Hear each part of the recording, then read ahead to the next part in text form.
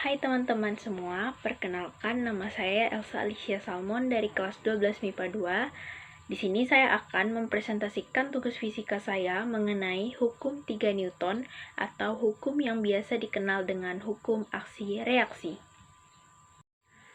Nah, pada kesempatan ini materinya akan saya bagi menjadi 3 bagian, yaitu ada definisinya hukum Newton ketiga itu seperti apa. Kemudian akan kita bahas langsung definisinya itu yang akan kita kupas dalam contoh atau penerapannya dalam kehidupan sehari-hari itu seperti apa. Dan kemudian yang ketiga itu adalah kesimpulan konsep. Jadi nanti konsepnya itu akan seperti apa supaya tidak adanya miskonsepsi. Kita akan bahas satu persatu ya teman-teman. Nah, yang pertama kita akan membahas tentang definisi dari hukum ketiga Newton atau hukum yang biasa disebut hukum aksi-reaksi. Di sini definisinya dituliskan, jika benda pertama mengerjakan gaya pada benda kedua, maka benda kedua akan mengerjakan gaya pada benda pertama yang besarnya sama tetapi arahnya berlawanan. Jadi, jika ada benda pertama memberikan gaya pada benda kedua, maka benda kedua ini akan memberikan gaya yang sama kepada benda pertama yang besarnya sama, tetapi arahnya berlawanan. Ini definisinya begitu ya teman-teman. Nah, kemudian untuk dalam matematika, definisinya dapat kita lihat di sini. Jadi dalam persamaan matematika atau bahasa matematika, hukum ketiga Newton ini didefinisikan sebagai F aksi sama dengan min F reaksi. Jadi, F aksi itu adalah gaya yang diberikan oleh benda pertama kepada benda kedua. Kemudian, F reaksi ini adalah gaya yang diberikan benda kedua kepada benda pertama. Jadi, F aksi ini adalah gaya benda pertama oleh benda pertama kepada benda kedua. Dan F reaksi ini adalah gaya benda kedua oleh benda kedua pada benda pertama. Dan di sini terdapat tanda min pada F reaksi menunjukkan arahnya yang berlawanan. Dan F menunjukkan besarnya. Nah, secara sistematis seperti itu ya teman-teman. Jadi F aksi sama dengan min F reaksi. Jadi definisinya seperti itu. Semoga teman-teman bisa memahaminya dengan mudah. Nah, jika kurang memahami, kita akan membahas definisi ini menggunakan contoh penerapan dalam kehidupan sehari-hari. Kita pakai contoh aplikasi dalam kehidupan sehari-hari. Nah, di sini contohnya ada orang yang sedang menggunakan sepatu roda, mencoba untuk mendorong tembok. Karena orang tersebut menggunakan sepatu roda, lalu memberikan gaya mendorong tembok. Lalu memberikan gaya mendorong tembok itu maknanya adalah memberikan gaya kepada tembok, kemudian yang terjadi adalah orang tersebut akan bergerak atau temboknya yang bergerak. Jadi jawaban yang tepat adalah yang akan bergerak pasti adalah orangnya. Karena apa? Karena orang tersebut menggunakan sepatu roda. Maka temboknya akan tetap diam dan orangnya akan bergerak berlawanan arah dengan gaya dorong yang diberikan pada tembok. Nah, jadi seperti itu ya teman-teman contoh aplikasi dalam kehidupan sehari-hari. Nah, kita ambil kembali definisi yang sudah tertulis di sini. Jadi di sini sudah didefinisikan jika benda pertama mengerjakan gaya pada benda kedua akan mengerjakan gaya pada benda pertama yang besarnya sama tetapi arahnya berlawanan.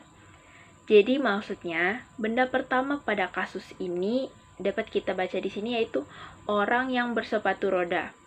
Jadi orang yang bersepatu roda ini mengerjakan gaya pada benda kedua. Berarti benda keduanya itu adalah tembok. Jadi bahasanya bisa kita ubah.